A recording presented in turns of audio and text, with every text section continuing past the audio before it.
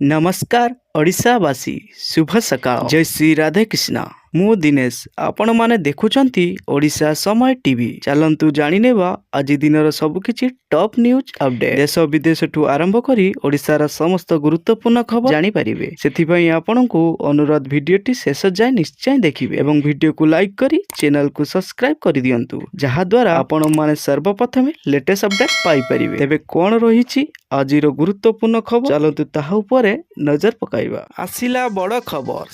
कमिला cement दर cement मूल्य वर्तमान 5 वर्ष मध्य सर्वनिम्न स्तर में पहुंची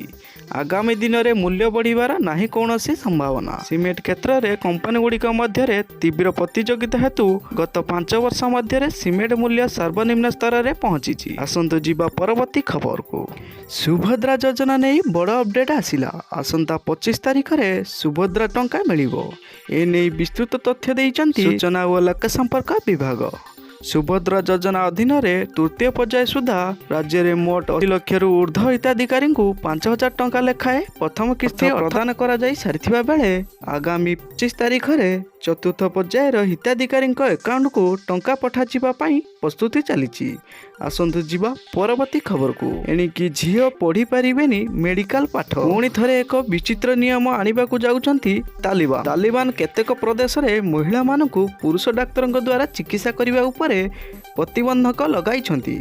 एवं बड़ कथा हेउची महिला स्वास्थ्यकर्मी पाठपढ़ा और नियुक्ति उपरे मध्य रोक लागिबो अर्थात झील माने एबेठारु डाक्तरी पाठ पढ़ी पारिबे नाही आसंतु जीवा परवर्ती खबर को राज्य रे आलू को नहीं बड़ अपडेट आसिला आलू दर को नहीं जगाण मंत्री सांघातिक बयान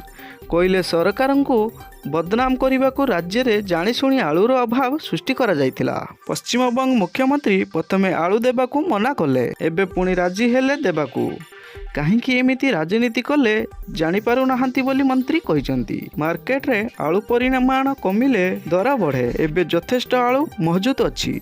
आगो को दर आहुरी कमिबो बोली मंत्री कहिसंती आसंत जीवा परवर्ती खबर को महंगा भत्ता रे 12% वृद्धि राज्य कर्मचारी को जबरदस्त फायदा सरकारी कर्मचारी पई खुशी खबर राज्य रे कर्मचारी एवं पेंशन भागी पई एक खुशी खबर आनिले सरकार 12% बढ़ाइले महंगा भत्ता आसंतु जीवा परवर्ती खबर को आसाम मुख्यमंत्री बड़ घोषणा सर्वसाधारण स्थान में गोमांस बिक्री और खाइबारे लागिला आसाम मुख्यमंत्री बड़ घोषणा मुख्यमंत्री हेमंत विश्व शर्मा कहिसंती राज्य रे होटेल और रेस्टोरेंट एवं सर्वसाधारण स्थान में गोमांस खाइबा किंबा परिवेषण करने को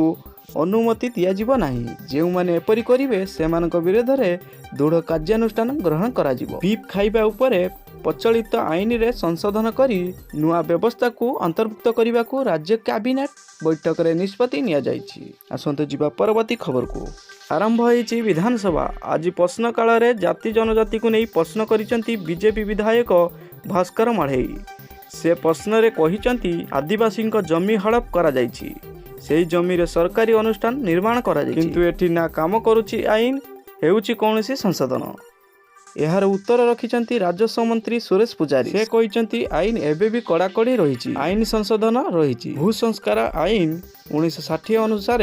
जदि केही आदिवासी जमी किणती ताकू बेआईन घोषणा करी उच्छेद प्रक्रिया जरिया रे संपुक्त आदिवासी लोकंकु जमी फेरस्त नियम रहिछि आसंत जीवा परवर्ती खबर को राज्य रे रहिबनी भूमिहीन सरकारी जमी जबरदखल मुक्त करने को हेबो बुलडोजर एक्शन सूचना अनुसार पुणी पड़ो जबरदखलकारी उपरे छाट हाईकोर्ट रहितादेश उठिबा परे चढ़िबो बुलडोजर जो माने सरकारी जमी को जबरदखल करी बड़ कठा गढ़ी सेमानक घर उपरे बुलिबो बुलडोजर गरीब लोकंकु पट्टा सह दियाजिबो घर राजस्व विभाग खर्च दाबी आलोचना बेले मंत्री सुरेश पुजारी एही सूचना प्रदान करिसेंती यदि वीडियोटी आपण मानक भल लागिथाय वीडियो को लाइक करी चैनल को सब्सक्राइब करि देबे।